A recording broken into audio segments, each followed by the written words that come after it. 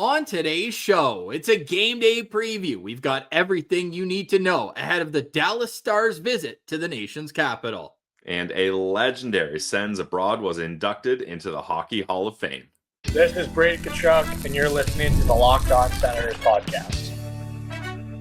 Your Locked On Senators, your daily podcast on the Ottawa Senators. Part of the Locked On Podcast Network, your team every day. Welcome. You are locked on to the Ottawa Senators. I'm Ross Levitan alongside Brandon Piller, and today's episode is brought to you by FanDuel. Download the FanDuel app now by visiting FanDuel.com and win $300 in bonus bets if your first $5 bet wins. FanDuel, the official sports betting partner of the Locked On Podcast Network, which is now the #1 sports podcast network in North America. Today is Tuesday, November 11th, and Pilsy, it is always a day for reflection, Remembrance Day. We want to give our salutes to all the troops, past, present, and future, for protecting our great country. Yes, absolutely. An important day all across the nation, and important for all the families of veterans who served. Obviously, a big deal, courageous men and women throughout Canada's history that have allowed us to live the lives we live today and have the freedom that a lot of us take for granted, myself included, every day. So important to take note and remember all the sacrifices those men and women and their families have made. Yeah, I remember being lucky enough to go to school, high school in downtown Ottawa. We would always actually go over to the War Memorial and see everything going on at 11/11 on November 11th. So take a moment, reflect on why we are able to have the lives that we do. It's because of those brave men and women before us. Billsy, game day for the Ottawa Senators, and I'm feeling great about the Sens all of a sudden. Back-to-back wins on the weekend. They're going to roll out the same lines they did for the win against Utah on Sunday, which means David Perron is up on the top line with Tim Stützle and Drake Batherson. We'll get to the full lines in a little bit, but did you like the way that top line looked on Sunday? Yeah, I did. Even though they didn't really contribute offensively. I mean, David Perron had a couple points, but I don't believe it was with Timmy and Batherson. So let's see if he can be kind of that worker bee in that lineup. He's the guy that's always good down low in the corners, board battles. So he's going to be able to get those guys the puck. And Timmy, he's tied with the lead in Ottawa Senators for goals, and he leads the team in shots. So I like that he's shooting it. Yeah, so do I. Yeah, that's wild that he leads the team in shots with 44. And this team needs more shots, Ross. The last couple of games, shots have not been their priority, but they're still finding ways to score and win games, so you're not going to see me complaining too much about that. Hey, take goals over shots, but it would be nice to control the play because the Dallas Stars, this might be the best team they've played so far. Is that too far to say? No, I was looking at the schedule, and I think you're probably right, Ross. Like, the only team close to that would be, I mean, the Florida Panthers are not what they were last year. So yeah, I'll say it. This is their toughest opponent all year. Yeah, I think if you're looking in terms of Stanley Cup odds, the Dallas Stars right up there. They're going to be a tough opponent, but Pilsy, Sens, they've handled them over the last decade pretty much in Ottawa. Yeah, the Dallas Stars are 0-6-2. Their last 8 trips to Ottawa, meaning your Ottawa Senators are 8-0 up against the Stars at the CTC. So that's a surprising stat, Ross, because if you look over the past 8 years, the Dallas Stars have been contenders pretty much that entire time, and Ottawa has been rebuilding most of that time. Yeah, they have. And if you go back to the first of those 8 consecutive victories for Ottawa over Dallas, you can go check this out at Sens Central on Twitter. One of the funniest goals in Ottawa Senators history. It's 1-0 Ottawa, end of the first period. Dion Phaneuf had just fought Jamie Benn at center ice. Sens are wearing their beautiful black Heritage O jerseys. They looked sharp, and they weren't playing sharp in this one moment. They took a penalty.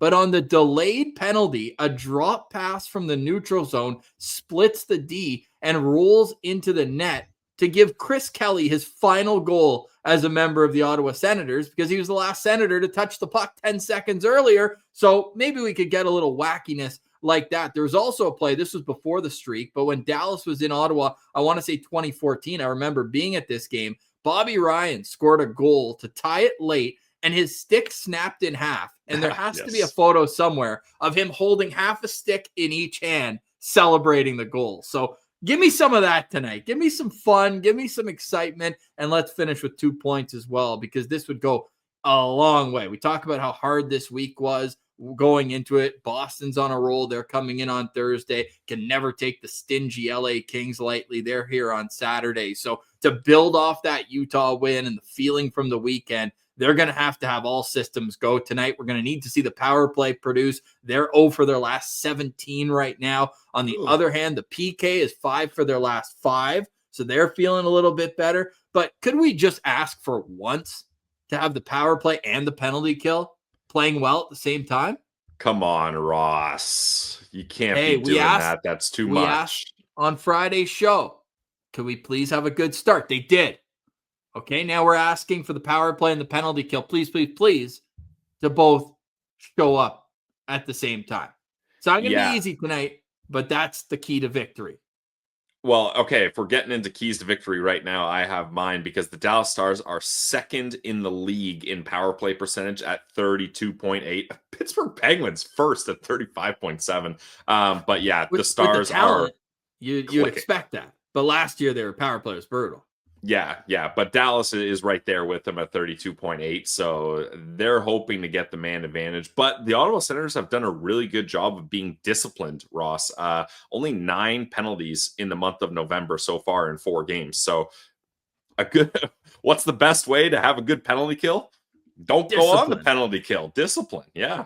Yeah, but if you are going to take penalties, at least they're being more aggressive. They're getting clears. They're getting saves. You're getting saves too, right? Yes, that helps. Like, that helps quite a bit. And Levy was obviously great on Sunday, but they're going back to Linus Ullmark tonight. And Ullmark in his career against the Dallas Stars, he's 3-4. So you're like, oh man, only 3 wins in 7 games. Wonder what the stats are behind that. Well, they're really good. He's got a 202 goals against average and a 931 save percentage in his career against the Stars. So they're going to need Linus tonight to play at his best. What are you going to be looking for early in this game to find if Linus is on his game? First shot, first save. That's a big one. Let's start off with that. Second save. Yeah, you see where I'm going with that. You want to do this 28 times? Hopefully not 28 shots against, because this Dallas Stars team is dangerous. No, we won't do that, Ross. But also, Ross, I want to see some movement. We got to see Levi Merrilainen moving in the crease, battling for position, scrambling through chaos. None of this frozen statue Linus Ullmark here. I want to see some movement throughout his play. That's what I'm going to be looking for. I like that. And when we look at shot volume, the Dallas Stars are an opportunistic team. They're actually 6th last in the league in shots per game. The Ottawa Senators were in the top half of the league, but after a pair, 3 really, you can go back to last Thursday's game as well. Yep. They have crawled their way down. They are 13th fewest, so just below the midway mark there. But for Ottawa to win tonight, to me, special teams is number 1, and they're going to need good goaltending on top of that. We'll get into the Dallas Stars lines, the Senators lines after the break. But before we get to that, the other real lineup note that we have to talk about is the fact that they're sticking with what worked. And it shouldn't be a surprise, but I did kind of exhale when I saw that Thomas Chabot is paired with Jordan Spence this morning at the morning skate. Oh, I love it, Ross. It's so vindicating to see, justifying to see when fans call for something that seems so goddamn obvious to us and everyone watching that this is how this lineup should be, and the coach does it. I imagine the analytics guy, Sean Tierney for the Ottawa Senators, mentioned to them, hey, put this in the good idea folder in the email chain because that's been working for them. And again, no disrespect, but I think it's the right idea to limit Nick Jensen's minutes, and he's on the 3rd pair with Clevin. We talked a lot about this yesterday because Steve Staios spoke to the media, so you can get all our thoughts on that in yesterday's show. But one thing we didn't really mention was Staios' thoughts on how Spence has been used. And he said that he agrees with it. He says, look, when you come into a new system as a younger defenseman, you want to be able to learn the system, how they play. It's obviously different from the LA Kings, and we just wanted to kind of ease him into it. I disagree with it, but that's what the GM says is why they're taking this ever so patient approach. So he made it seem, and Seam is doing a lot of weight carrying in this sentence, but he made it seem like the mistake against the Islanders wasn't the reason he was taken back out of the lineup. He said, it's just going to happen over time and we'll get him accustomed. I don't think he's going to be a healthy scratch the rest of the year. No, I mean, I hope not. And if we're going by age, Ross, if Spence is a young defenseman, well, Clevin has been in the lineup ever since he's been healthy. Matthew Palo, not that much older than Spence. I think Matthew Palo's 26. Spence is 24. Spence has more NHL games played than him. So I don't know. That's one of those general manager speaks where he's like, I'm going to side with the coach because we're a duo here. So I'm going to prop up his thinking. And that's fine. I don't have an issue with that. I'd rather that than them be at two different sides of it and using the media to fight it out. So that's fine. Yeah, exactly. And he said, look, we take a lot of time, energy, and concentration calories into building the lineup for each and every game. So let's get to that lineup and the power play units. There's an interesting conversation to be had about that. Plus, for the fourth time in the last 5 classes of the Hockey Hall of Fame, there's an Ottawa Senator in the mix. That and more. Next, you're listening to Locked On Senators, your team every day. Today's episode is brought to you by our friends over at FanDuel. The NBA is back, and there's no better place to get in on the action than FanDuel, the official sports betting partner of the NBA. Even if you missed that start of the game or you want to ride the hot hand later in the game, FanDuel has live bets on everything from who's going to score the next basket to fourth quarter comebacks. Plus, you can even combine your live bets into a same game parlay for a shot at a bigger payout. It keeps every game more exciting, especially when your team's making that late push. And the Ottawa Senators are in action tonight up against the Dallas Stars at home. And they are favorites at -125. The over-under set at 5.5. So if you want to get in on the action with the Ottawa Senators, do it with FanDuel. And if you're a new customer, great time to join. FanDuel is giving new customers $300 in bonus bets when your first $5 bet wins. So head to FanDuel.com to sign up and play your game with FanDuel, the official sports betting partner of the NBA. Shout out to the Glebe Central Pub. The podcast is always brought to you by the Glebe Central Pub, our pub at 779 Bank Street, and let them know that Locked On Senators sent you. You also never know what you're going to see at the Glebe Central Pub. I know last summer we talked about the PGA Canada trophy ending up at the pub. Well, guess what?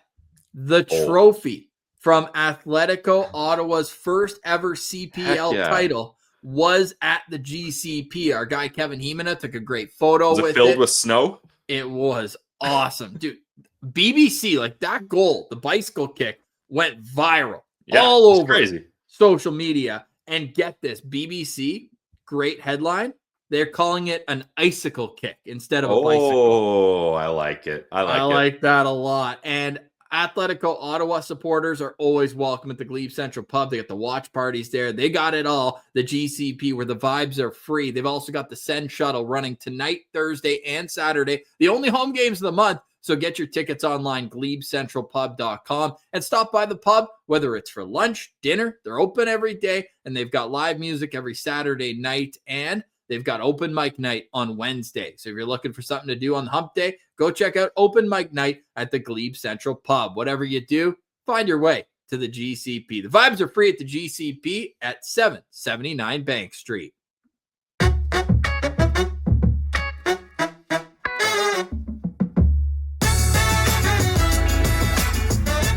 You are listening to the Locked On Podcast Network, the #1 sports network in podcasting all across North America. We're your team every day. Shout out to the everydayers making us your first listen here on the network. Pilsy, I'm still caught up in the icicle kick. That is such a sick headline. Let's get some more memories in the city of Ottawa tonight. Senators and Dallas Stars. It is a 7 o'clock puck drop. It is a TSN game tonight. So make sure you're dialed in.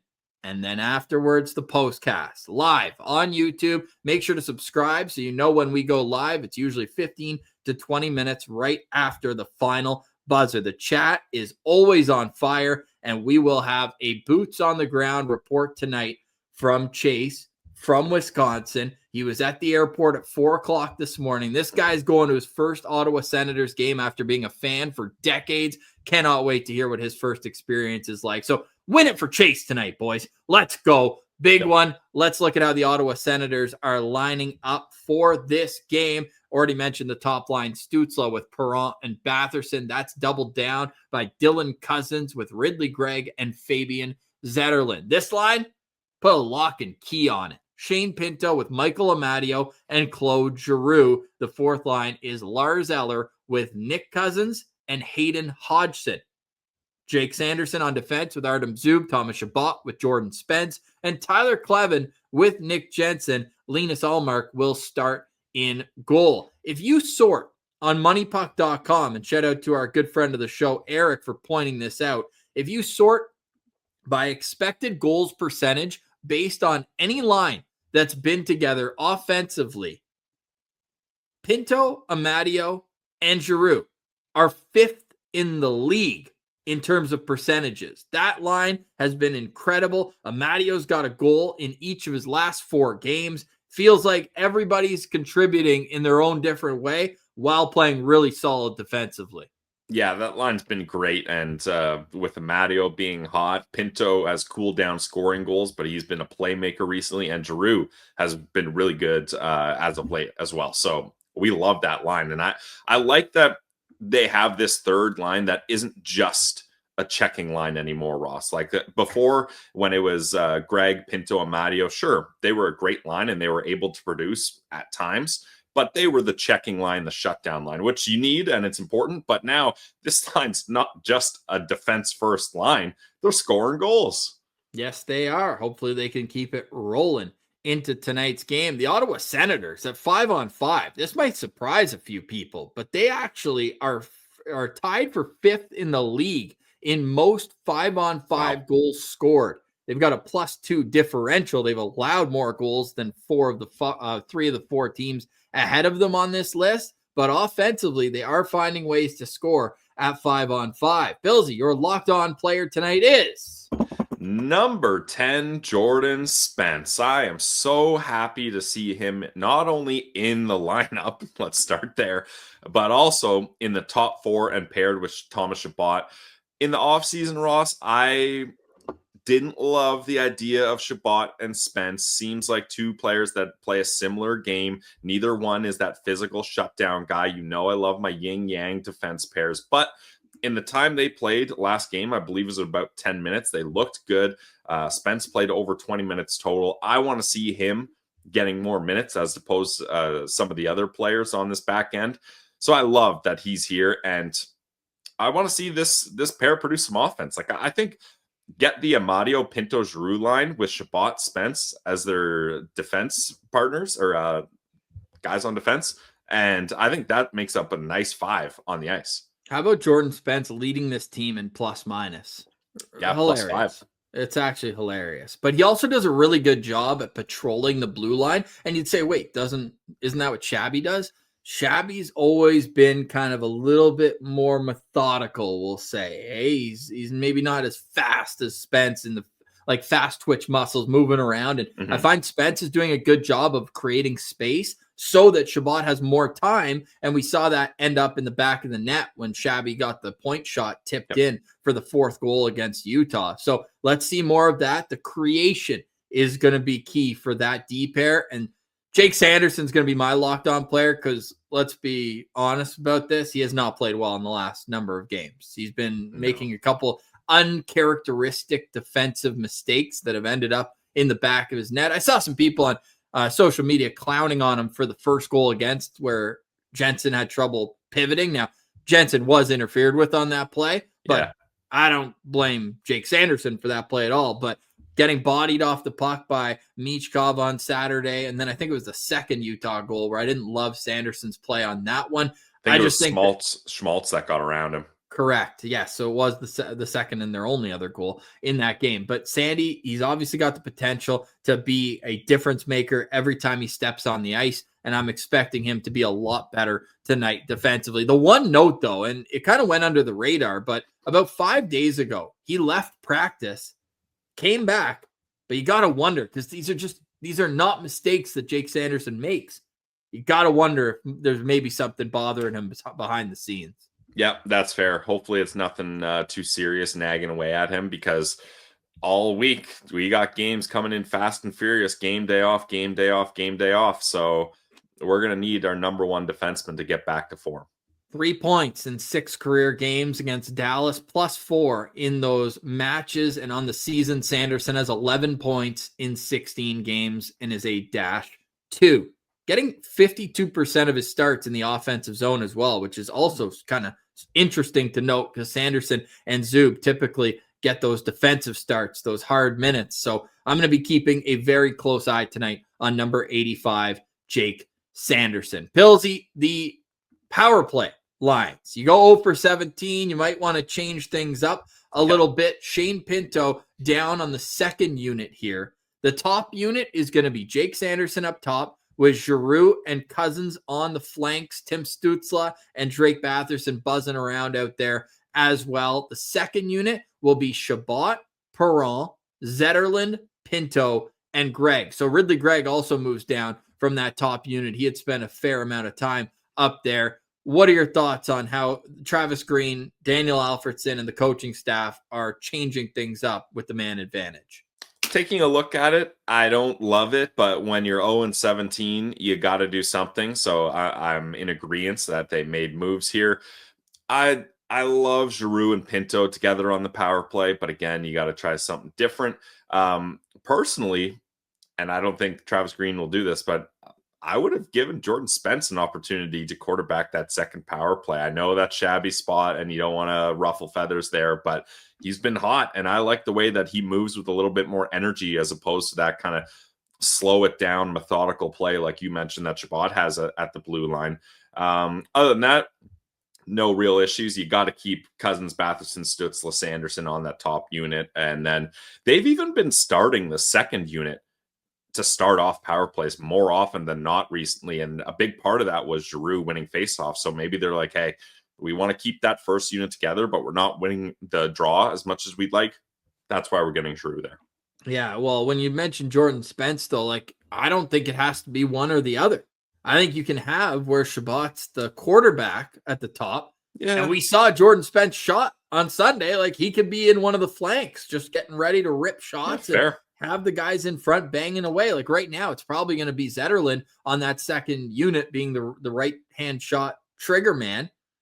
I don't see why that can't be Jordan Spence. But hey, look, Jordan Spence is in the lineup. Jordan Spence is playing with Thomas Chabot. Like, let's not push it too far, okay? Baby steps, one at a time. On the other side, we'll get to the Dallas Stars, how they look, plus Zdeno Chara, Hockey Hall of Famer. This guy was a Sens legend, and we'll let you know what he said about his time in Ottawa during his induction speech last night. You're listening to the #1 sports podcast network in North America.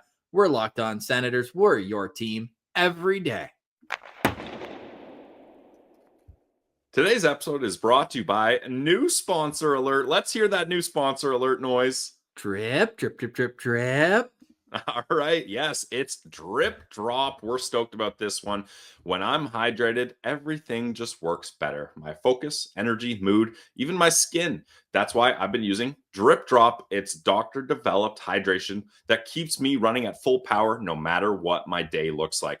Guys, Drip Drop is not your average sports drink. It delivers 3 times the electrolytes and half the sugar of leading brands using science-backed formula trusted by medical professionals, firefighters, and over 90% of top college and pro teams. I like using Drip Drop as a part of my daily routine. I'll mix a packet in the morning before going to the gym or during that midday slump.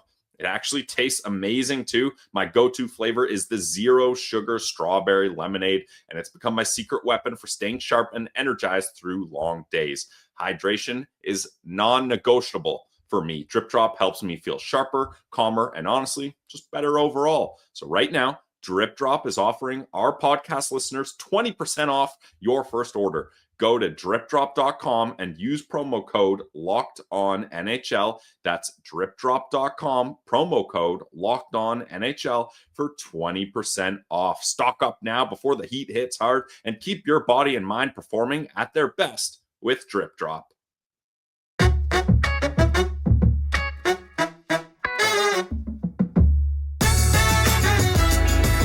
All right, Pilsy. The Ottawa Senators taking on the Dallas Stars tonight at 7 o'clock. It's one of 9 games on the schedule on the National Hockey League side. Other games that Sens fans will want to keep their eye on, the red hot 7 wins in a row. Boston Bruins are hosting the Toronto Maple Leafs after beating them in Toronto on Saturday. And then the LA Kings are visiting the Montreal Canadiens. Both those games start at 7 o'clock, and those are really the 2 only games that have direct implications in the Atlantic Division.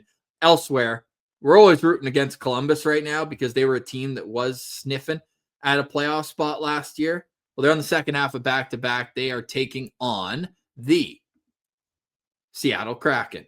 They had a brutal road trip too, where they went Vancouver, Calgary, Seattle. Remember how mad we were about that last year? Yeah, it's silly.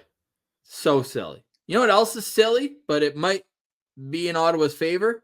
The Dallas Stars. I was like, oh, they must be on an Eastern road trip. They must be, where are they on the trip? They're coming all the way to Ottawa, then going to Montreal, and then going right back home. Just a 2-game trip. That's a long way to go for 2 games. The Dallas Stars have the worst travel in the NHL, and it's not even close. I feel bad for how shafted they get just geographically where they are. It's honestly, it's a big deal when you start looking at travel, especially if you sign a long-term deal there. Those miles add up year after year. Now, no state tax and hot weather, maybe, and a very successful franchise, you might be able to swallow those air miles a lot easier, but it is a thing.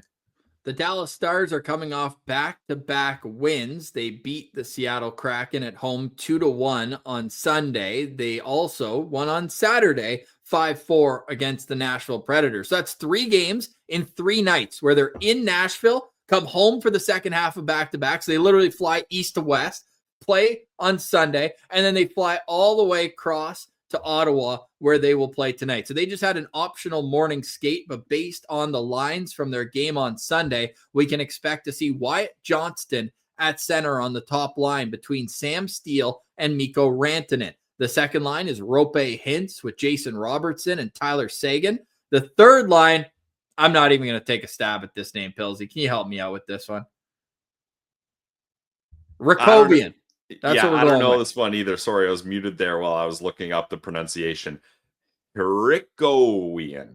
Yeah, that's tough. Usually we like to pride ourselves on knowing a thing or two about a thing or two on this show, but that's a name that's just got me in shambles. We'll go with Ristkovian, according to Hockey Reference, but he was a good AHL player last year, and he's getting a chance because a hashtag Sens Abroad is injured and not on the trip. Oscar Back at left wing, Maverick Bork at right wing on that line. And the fourth line, this was a guy I wanted. The Sens get Lars Eller. It's worked out, but Radek Faksa went back to Dallas after spending some time with St. Louis. Adam Ernie on the left and Colin Blackwell on the right. Their decor, one of the strengths of this team up top of it. Esa Lindell with Miro Heiskanen, and Thomas Harley will be paired with Ilya Lyubushkin. The third pair, Leon Bichelle and Alex Petrovic in goal. Expecting to see Jake Ottinger. Casey DeSmith is the backup. There's no Jamie Benn tonight, and there's no Matt Duchene. Your thoughts on how the Stars are lining up?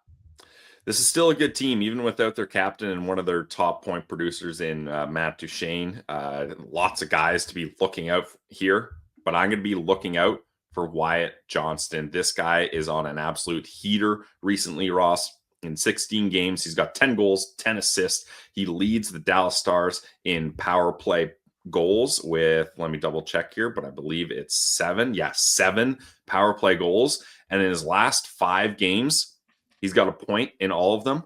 How about 10 points total in his last 5 games, 2 points per game.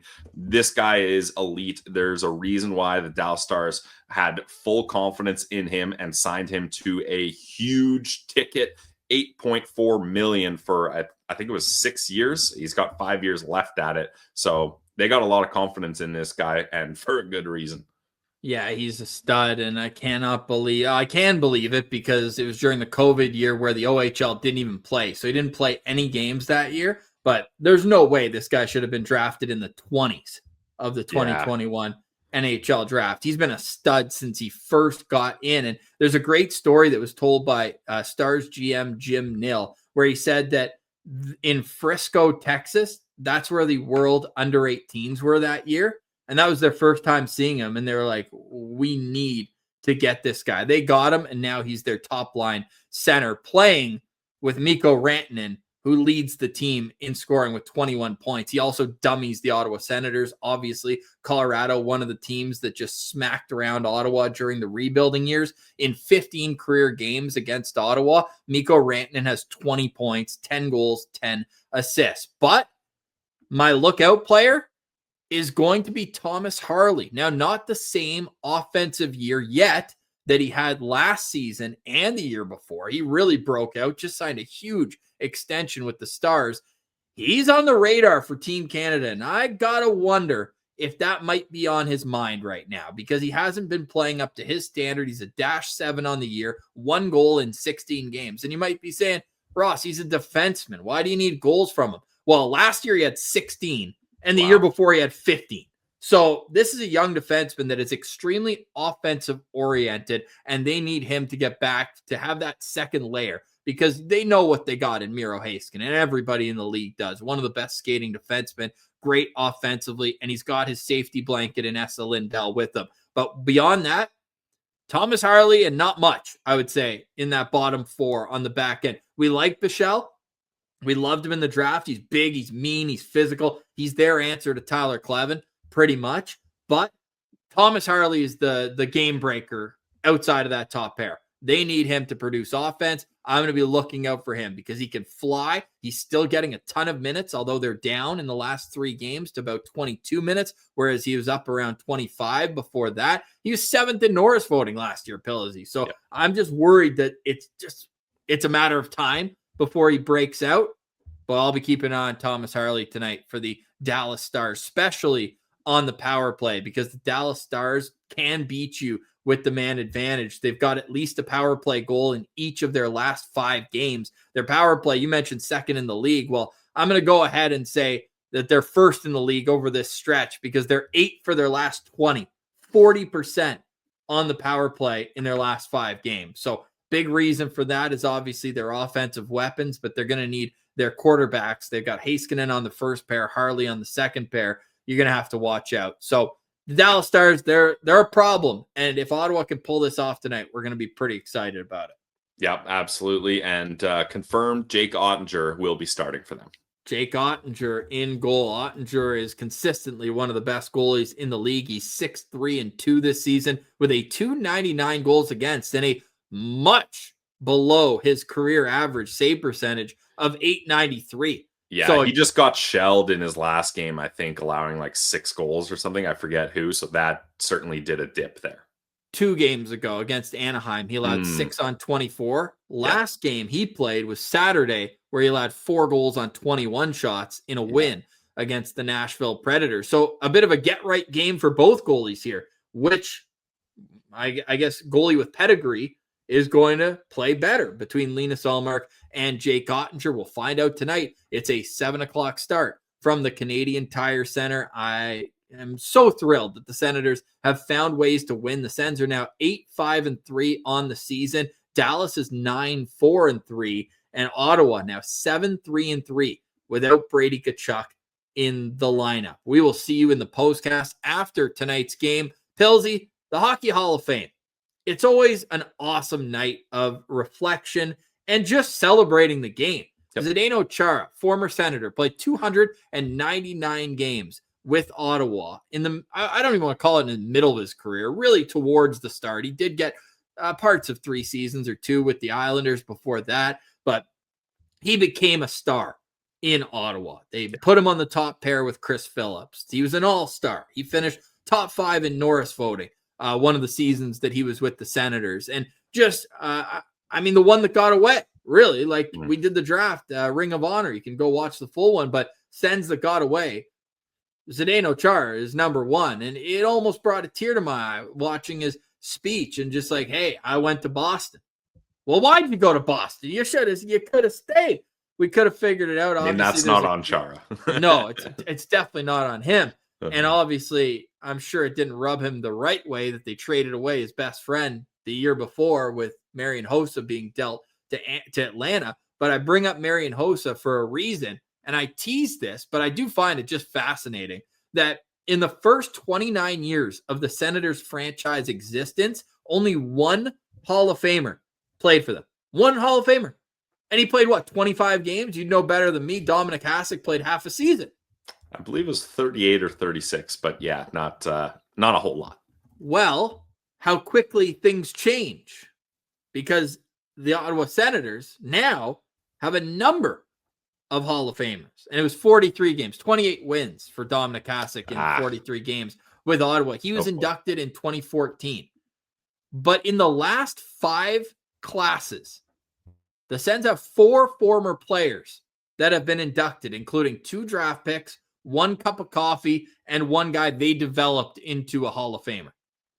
Maybe an all-star. I'll allow the cup that came after and everything that Chara did through the 2010s to speak for itself. But Ottawa clearly played a big role in Chara's career.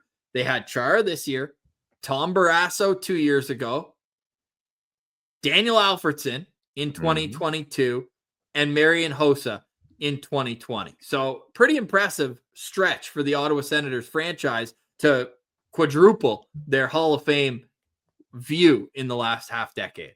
Yeah, it's crazy that it took so long for just a Senators affiliated player to get into the Hockey Hall of Fame. So now we're stacking up some guys here. And I mean, Zdeno Chara, like, this guy embodies what getting into the Hockey Hall of Fame is all about. Third round pick. 1,680 games played. Like, just an absolute warrior. Everybody knows about his fitness. He's still out there doing triathlons. He's a wrestler as well. He's like, I really liked The Athletic did an article a couple years ago. He has pencil and paper notebooks, Ross, of every single workout he's ever done. Hey, he records. Yeah, exactly. Ours is on a Peloton app. Every single thing he records, and he's very meticulous about, okay, this is where I was at. This is what I'm working on. This is how I've grown. So it's that kind of dedication that allows you to play in the league that long, and not just play in the league that long, Ross. This guy was a force. Like, sure, maybe his last year with the Islanders, it's a lot about his size and reach, less his skating ability as the league gets a lot younger. But he was just so good for so long. Plus minus isn't everything, but when it's wild, it's worth noting. In 299 games with Ottawa, Zdeno Chara was plus 109. That's sick. Love sick. That. And you got to think the way that Anaheim dominated them physically in the Stanley Cup final in 2007. Could have used him. Really could have used Zdeno Chara. But congratulations for him. A great speech. He mentioned Marshall Johnson by name, the Sens GM that brought him over in that iconic trade for Alexei Yashin, where it almost felt like he was a bit of a throw-in. Like, the real prize of that trade was the second overall pick, which became Jason Spezza. Yeah. Worked out really, really well for the Ottawa Senators. And he also mentioned Daniel Alfredsson and Chris Phillips learning the captain leadership and how to become an amazing leader in the league. And then he also mentioned the honor of getting to play with his countrymen and guys he grew up knowing in Marian Hossa and Martin Havlat, and even name dropped Peter Bondra, who's not in the Hall of Fame, but over 500 career goals for him, and also had a cup of coffee with the Senators in 2004. So congratulations to Zdeno Chara, Duncan Keith, Joe Thornton, Ottawa native. She grew up in Winnipeg, but Ottawa native Jennifer Botterill, also in there, as well as a former U.S. player, Brianna Decker. So just a great class. What'd you make of Gary Bettman calling Jumbo Dumbo by accident?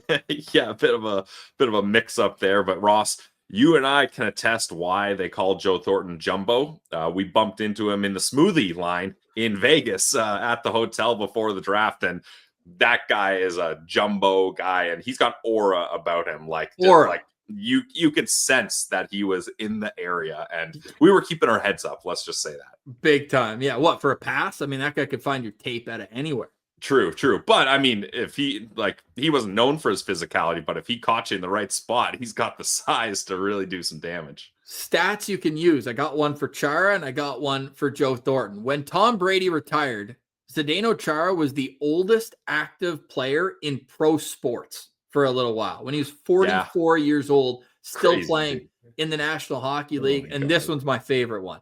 Joe Thornton is the only player across all professional sports to get traded mid-season and win the MVP that year. Yeah, so Boston gets the last laugh when it comes to Chara, but they're getting laughed at when it comes to Joe Thornton. And it wasn't like it was trade at the deadline and then a decent finish. No, it was like 30 games with Boston and 45 with the San Jose Sharks, and he wins MVP that year. Unfortunately, it did have a ripple effect that hurt the Ottawa Senators, because he got Jonathan Cheechoo to 50 goals, and then Cheechoo was a part of the trade for Danny Heatley. So it didn't work out too well on the back end of that for Ottawa either. Yeah, that's tough. Jonathan Cheechoo, dang.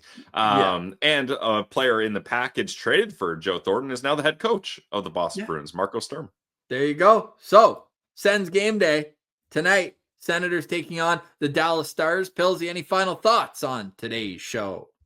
Final thoughts for me is everybody get to the game safe. The roads are kind of crazy out there right now. First snow of the winter. A lot of people don't have winter tires on. So take the shuttle. Don't worry about the stress of driving and being in the parking lot. Go to the Glebe Central Pub. Take the shuttle with Sue. She'll get you there. Yes, she will. And we will get you home with the postcast. So you can find us on YouTube live after the game. And then afterwards, it'll be available wherever you get your podcasts, or a like, comment, subscription.